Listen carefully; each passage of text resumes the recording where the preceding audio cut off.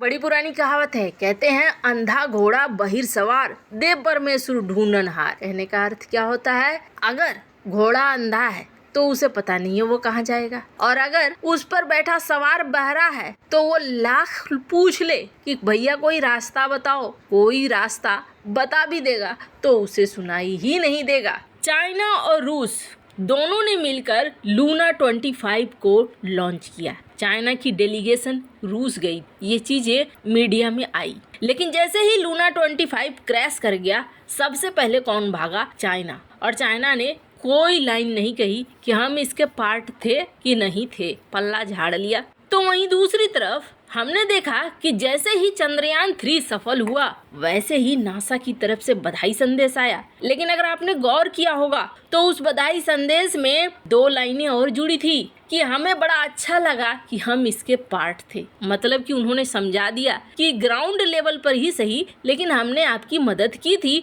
Trekking करने में, मतलब क्रेडिट उन्होंने भी ले लिया। अब इन सब में अब रूस को अगला मिशन के लिए तैयार होना है। रूस को समझ में नहीं आ रहा है, चाइना के धोखे से परेशान होकर रूस अब भारत के इसरो के पास आ रहा है क्या, या फिर चाइना उसे ढंग का नहीं लग रहा है। जानेंगे क्या है मामला। तो वहीं दूसरी तरफ भारत के साथ ऑकस डील, इसकी बात क्यों कही जा रही है और कौन कह रहा है, ये जानेंगे। क्या अपनी प्राइम टेक्नोलॉजी को देने के लिए बेताब है अमेरिका। जियोपॉलिटिक्स में धमाल मचा हुआ है, आइए जानते हैं इन खबरों को विस्तार से। ऑकस डील, इस ऑकस डील ने कई सारे कांड कराए थे। ऑकस डील सबसे पहले 3 देशों के बीच बना, ऑस्ट्रेलिया, यूके और यूएसए। इन तीनों के बीच में 15 सितंबर 2021 को यहाँ पर एक संगठन बनाया गया और कहा गया इंडो पैसिफिक इलाके के लिए खास तौर पर हमने ये संगठन बनाया है। और उन्होंने कहा कि हम तीनों देश मिलकर जो प्राइम टेक्नोलॉजी है वो शेयर करेंगे। और इसमें सबसे पहली डील हो गई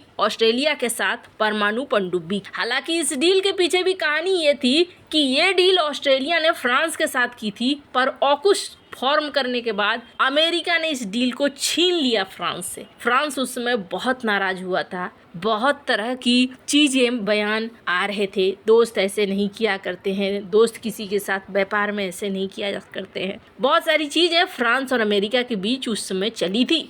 हालांकि ऑस्ट्रेलिया ने बाद में उसका हर्जाना भी दिया फ्रांस को और कहा कि हमें माफ कर दो, अब ये डील हम उधर कर रहे हैं, लेकिन तुम्हारा जो हर्जाना बनता है वो हम दे रहे हैं। हालांकि फ्रांस से जब ये डील छीनी थी तो फ्रांस ने उसका बदला कई जगह तक लिया। कई सारी डील फ्रांस ने अमेरिका से छीन कर बदला लिया था।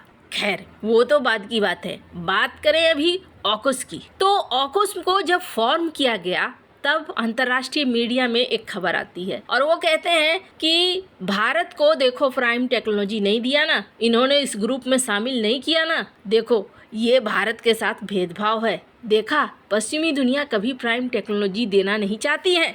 हालांकि उस वक्त ये अच्छा हुआ था कि भारत ऑकस में शामिल नहीं हुआ था, क्योंकि रूस बहुत भड़क गया था और रूस का कहना था कि ये एक सैन्य संगठन है। पर आज ऑकस की बात फिर से क्यों हो रही है, तो आपको बता दें, विवेक रामास्वामी जो कि इस बार अमेरिका के प्रेसिडेंट के पद के लिए उम्मीदवार हैं, उनका कहना है कि ये जो ऑकस डील हुई थी, इस ऑकस डील में भारत को शामिल करना चाहिए था।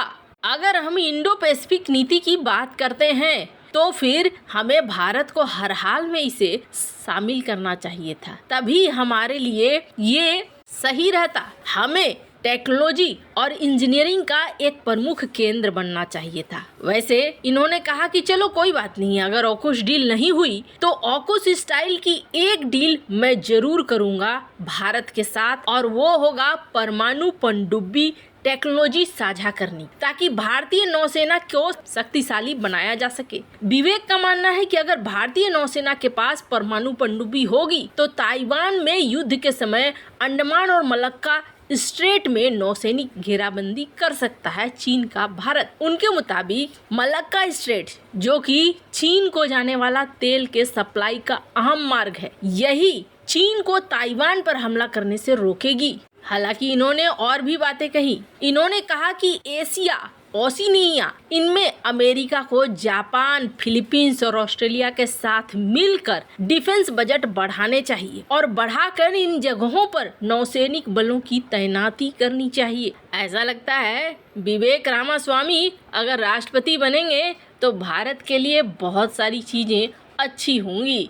खैर, जहाँ एक तरफ रामास्वामी का ये सब कुछ बयान आ रहा है, स्क्रीन पर आप देख सकते हैं आर्टिकल, तो वहीं दूसरी तरफ रूस ने आखिरकार चीन का दामन छोड़कर भारत की तरफ क्यों बढ़ना शुरू कर दिया है? क्या चाइना ने बड़ा धोखा दिया है और ये चीज रूस को समझ में आ चुका है, या फिर कहीं चाइना इनके पीछे तो नहीं है? कुछ घटनाक्रम को देखिए। जब लूना 25 क्रैश किया था तब एक्सपर्ट ने कहा था कि चाहे कुछ भी हो जाए चंद्रयान 3 इस बार क्रैश नहीं करने वाला है। इसरो ने कहा कि चाहे कोई घटना क्यों न हो जाए, उस घटना तक के लिए हमने तैयारी करके रखी हुई है, हर हाल में ये मिशन सफल होगा। ये था कॉन्फिडेंस। स्क्रीन पर आप आर्टिकल देख सकते हैं। इसरो का कहना था कि चंद्रयान 2 से हम इतना सब कुछ सीख चुके हैं कि अब हमारा चंद्रयान 3 मिशन एक ऐसे मिशन पर है जिसको हर हाल में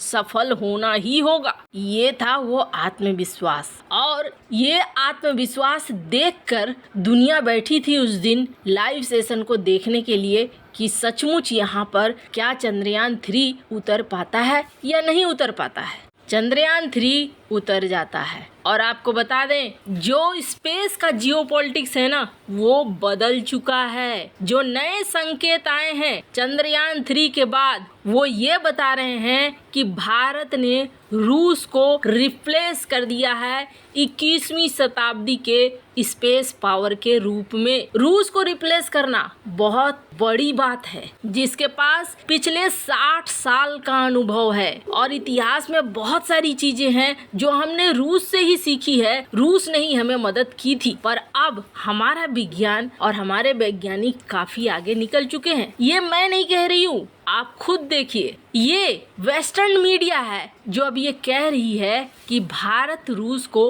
रिप्लेस कर चुका है। चंद्रयान 3 इसके लॉन्च के साथ ही भारत बदल चुका है। यही मीडिया ये कह रही है कि अब अंतरिक्ष का जियोपॉलिटिक्स बदल चुका है। और वहीं दूसरी तरफ खबर ये आ रही है कि रूस चाह रहा है इसरो की मदद। चंद्रयान 3 की सफलता के बाद राष्ट्रपति व्लादिमीर पुतिन ने पीएम मोदी से फोन पर बातचीत की थी, सॉफ्ट लैंडिंग दोबारा बधाई दी, और आपको बता दें इसी क्रम में उन्होंने कहा कि स्पेस में अब कोऑपरेशन हम बढ़ाएंगे। अभी अपने स्पेस कार्यक्रम के लिए चीन पर काफी हद तक निर्भर है रूस, लेकिन लूना 25 की असफलता के बाद चीन के रवैये को देखकर रूस ने भारत के साथ ही हाथ मिलाने का फैसला कर लिया है, और कहा जा रहा है कि आने वाले समय में दोनों ही देश इस मामले में भी एक साथ काम करेंगे। वैसे भारत पहले से ही गगनयान मिशन पे रूस के साथ काम कर रहा है, और भी कई चीजें हैं जिस पर दोनों साथ मिलकर काम कर रहे हैं।